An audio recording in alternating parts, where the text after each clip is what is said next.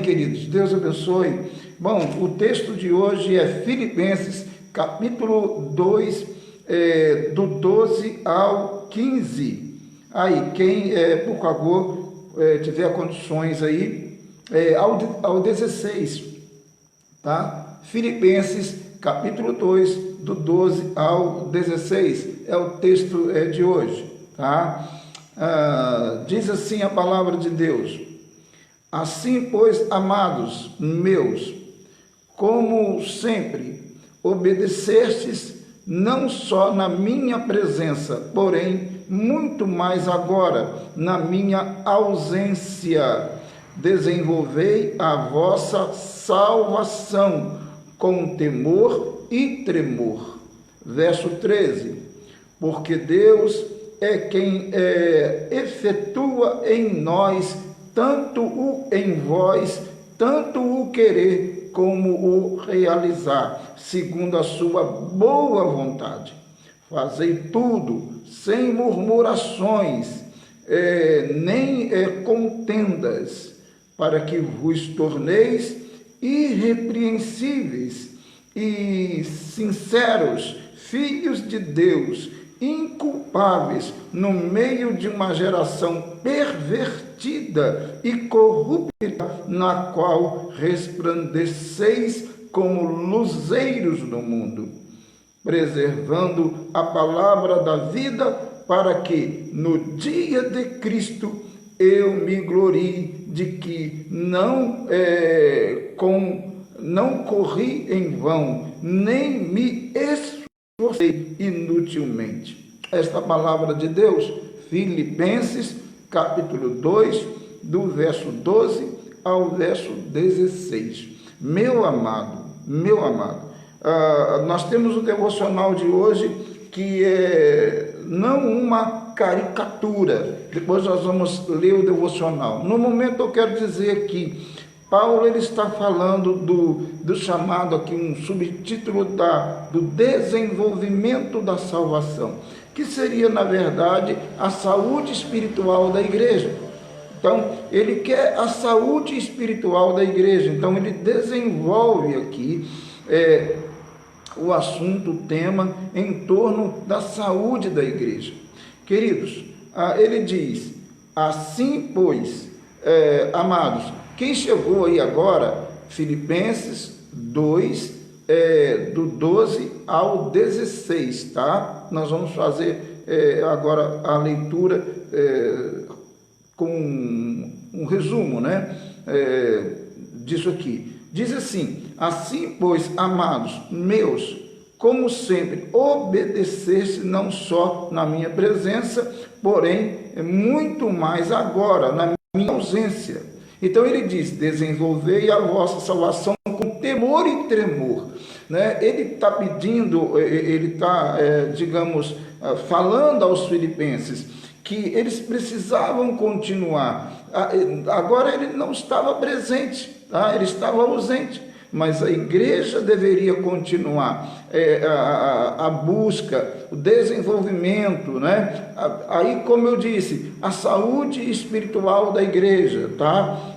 A igreja deveria continuar, a igreja em Filipenses deveria continuar, tá? A saúde espiritual, desenvolver a saúde espiritual dela, tá? Porque Deus é quem efetua em vós, ele está falando aos filipenses, tanto o querer como o realizar segundo a sua boa vontade. É Deus que faz na igreja, que desenvolve na igreja tanto o querer como o realizar, né? O desejo, tanto o desejo quanto a prática. É Deus que faz na vida da igreja, certo?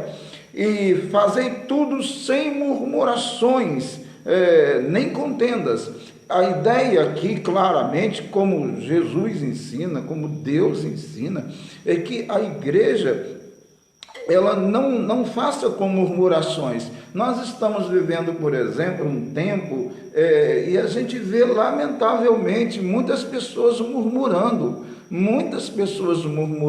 tá? Para quem está chegando aí, queridos, Filipenses, capítulo 2, do 12 ao 16. Então a gente vê muitas pessoas na igreja, infelizmente, murmurando.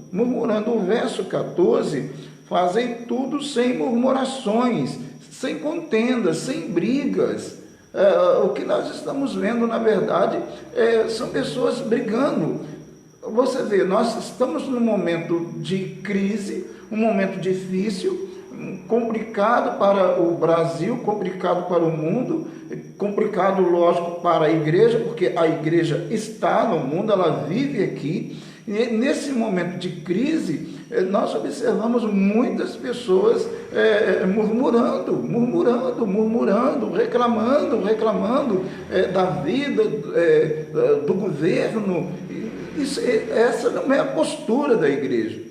Essa não é a postura da igreja de Cristo, né? Essas murmurações, essas brigas.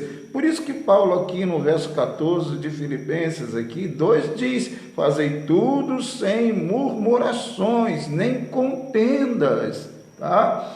A gente abre a internet, quando você abre lá as páginas das redes sociais, você vê, lamentavelmente, você vê lá, né? Infelizmente, você vê pessoas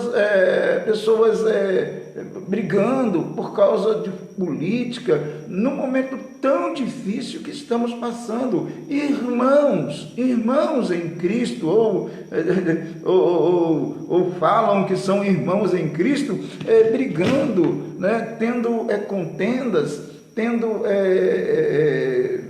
discórdias, assim, para todo mundo ver nas redes sociais. Isso é muito lamentável, não era para ser assim. A igreja de Cristo, neste momento de crise, ela tinha que se portar de maneira diferente, ela tinha que realmente dar exemplo nesse momento. E agora no verso 15, por exemplo, que Paulo vai falar: para que vos torneis irrepreensíveis e sinceros, filhos de Deus, inculpáveis, no meio de uma geração pervertida e corrupta, na qual resplandeceis como luzeiros no mundo. Ora, olha que coisa, é assim que a igreja deve se portar. Bom dia, irmã Luzia, Deus abençoe, chegando aí, Deus abençoe. É assim que a igreja deve se portar. A igreja deve ser irrepreensível, sincera, como filhos de Deus, que não tem culpa, né? Não tem culpa do que está acontecendo, do momento que passamos de crise no mundo. A igreja, ela deve ter uma postura de uma pessoa, no caso de um corpo, né? E é um corpo, né? Uma organização viva, inculpável, tá? E diz aqui, no meio de uma geração pervertida, corrupta, e é verdade.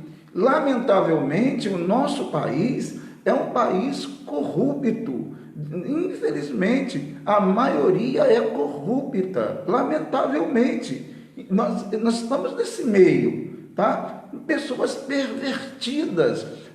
Se nós abrirmos, por exemplo, as redes sociais, os jornais, nós vamos observar como esse país ele é pervertido, imoral, tá? Eu não vou dar detalhes aqui, nem preciso fazê-lo, é só você acompanhar programas na televisão aí, você observar, ali está o retrato, né, de um país pervertido, imoral, né, lamentavelmente, e corrupto. Infelizmente, a começar do péssimo exemplo das nossas autoridades, lamentavelmente, infelizmente, péssimo exemplo, né, de corrupção, infelizmente. Mas apesar disso tudo, dessa situação toda, você, né, nós irmãos em Cristo, devemos o quê? Ser o quê? Resplandecer como luzeiros luzeiros no mundo. Então você pode imaginar aquela noite de estrelas, né? De estrelas. Você pode imaginar aquela noite de estrelas brilhando. Nós devemos brilhar em meio a esse mundo pervertido, em meio a esse mundo corrupto, em meio a pessoas imorais, em meio a pessoas, infelizmente, que pratica toda sorte infeliz, né, de corrupção, né? Infelizmente, nós devemos nos portar de forma irrepreensível, como luzeiros, brilhar no meio dessa gente, brilhar nesse povo como igreja de Cristo. É isso que o texto está ensinando, preservando o verso 16. Diz, preservando a palavra da vida, para que no dia de Cristo eu me glorie de que não corri em vão, nem me esforcei inutilmente. Paulo está dizendo à igreja, aos filipenses, né? Ele está dizendo, no dia de Cristo, preservando a palavra da vida, né? Da vida, a palavra de Deus, né? A palavra de Cristo, para que no dia de Cristo, quando Cristo voltar, né? Eu me glorie de que não corri em vão, nem me esforcei inutilmente. Quer dizer, tudo que Paulo tinha feito, todo o trabalho que ele tinha desenvolvido com os filipenses, né, não seria em vão. É isso que ele está dizendo, não seria em vão, tá? Ele está dizendo, naquele dia, quando Cristo Jesus voltar, né, eu vou me gloriar, vou me alegrar, porque eu não corri em vão, né? Ou seja, vocês irmãos, né? Vocês, irmãos, se portaram corretamente. Vocês, irmãos, não se corromperam. Vocês, irmãos, não se perverteram. Vocês, irmãos, andaram na minha presença, na presença de Deus, e vocês se portaram como luzeiros no mundo. Vocês brilharam. Sim, é isso que ele está dizendo. Agora eu vou fazer a leitura do devocional que eu tenho seguido aqui, que é baseado no livro O Estado Cristocêntrico de Nossas Vidas, tá? É um livro que Deus me deu há algum tempo. Bom, diz assim, o título é Não uma Caricatura. Caricatura, a gente sabe que é uma maneira que as pessoas têm de fazer, de pintar ou de desenhar de uma forma grotesca, né, alguma coisa, né, alguma pessoa e tal. Então a ideia de caricatura é essa daí, tá bom?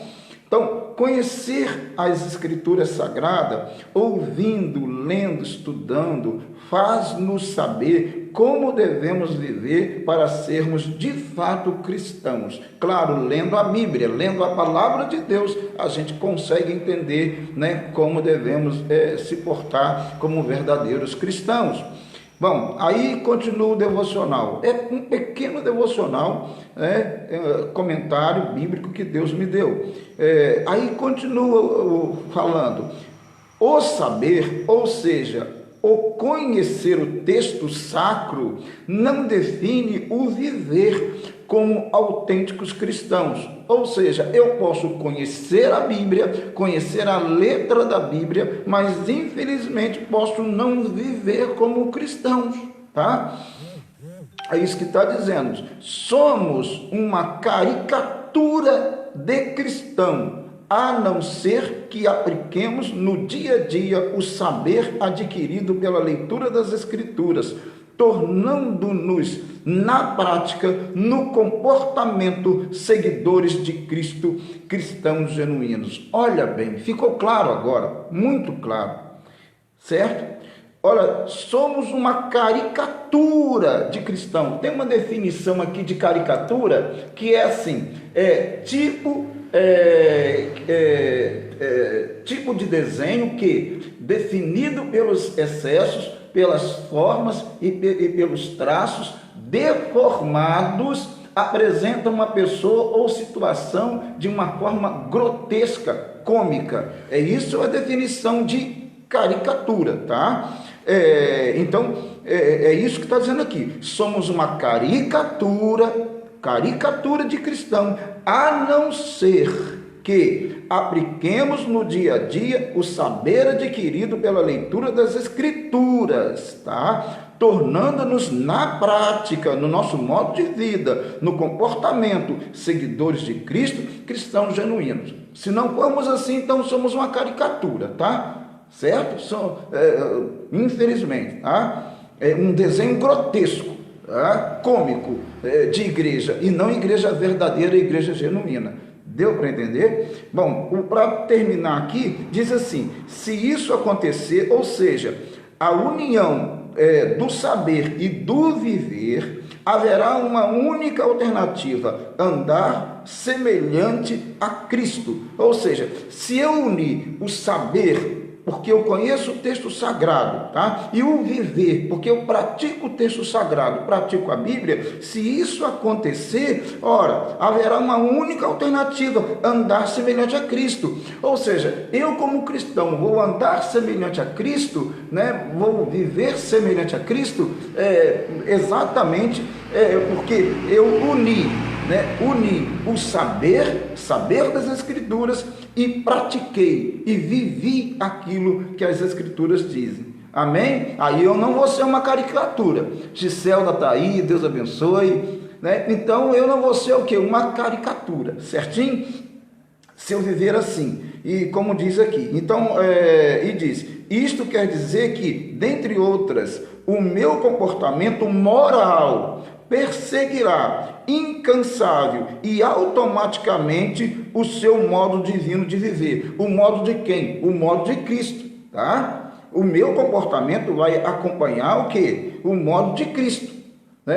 Como Cristo faria isso? Então eu vou fazer, eu vou procurar fazer. Como que Cristo agiria em tal situação? Então eu vou procurar viver, eu vou procurar seguir o exemplo de Cristo. Sim, para não ser uma caricatura, porque eu não quero ser uma caricatura de cristão. Eu quero ser um genuíno, verdadeiro cristão. O irmão, a irmã também, certamente, né? Lara está aí, Deus abençoe a Lara. É isso aí. Então a imagem real de Cristo, a imagem, vamos ler aqui novamente. Então a imagem real de Cristo em nós, não uma caricatura, será refletida entre os homens. Deu para entender?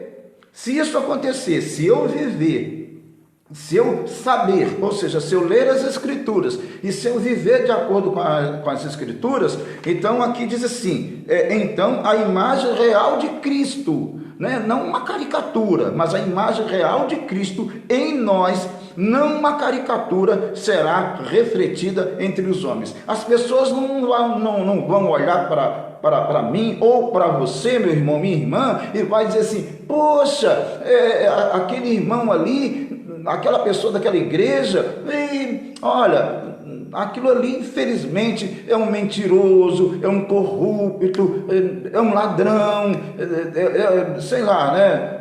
Faz tanta coisa errada. Não, porque você vai ser o quê? Como diz Paulo, irrepreensível. Porque você não vai se contaminar com essa sociedade pervertida, corrupta. Amém? Amém, amado? Deus nos abençoe. Vamos agora, neste momento, irmã Rosângela está aí, amém, Deus abençoe. Vamos